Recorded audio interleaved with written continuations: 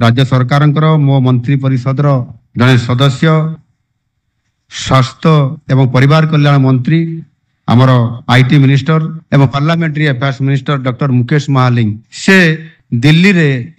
Airport रे जेतेबेले थिले जणे विचारपति सहित देखा हला चिन्हा परिचित थिला एवं तांकर सहित से गोटे जगह बसिक चाय पे चर्चा कले। ये चाय पे चर्चार महत्व देखंतु से जस्टिस को सहित आलोचना करवा भितरे सेते बेले से आलोचना करू से जस्टिस तांको कहिले जे आपनकर नेशनल फॉरेंसिक साइंस यूनिवर्सिटी गोटे आम दिल्ली रे अछि। यह पृथ्वीर गोटे एकमात्र नेशनल फॉरेंसिक साइंस या भारत वर्ष रे एवं पृथ्वी रे गोटे एवं ये कथा को से तांकर सहित आलोचना करिया प्रसंग रे कहिले जे मंत्री महाशय आपण एनएफएसयू रो आपण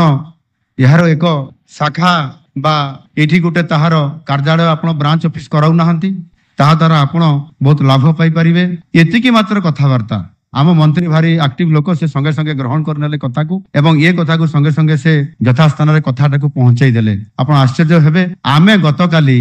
लोकसभा भवन रो हमर सम्मेलनी कक्ष रे तांकर ये एनएफएसयू बा नेशनल फॉरेंसिक साइंस यूनिवर्सिटी रो गोटे टीम आसीतिले हाई लेवल रो एवं सेतिरे हमर सीएस को सहित हमर डीजी मध्य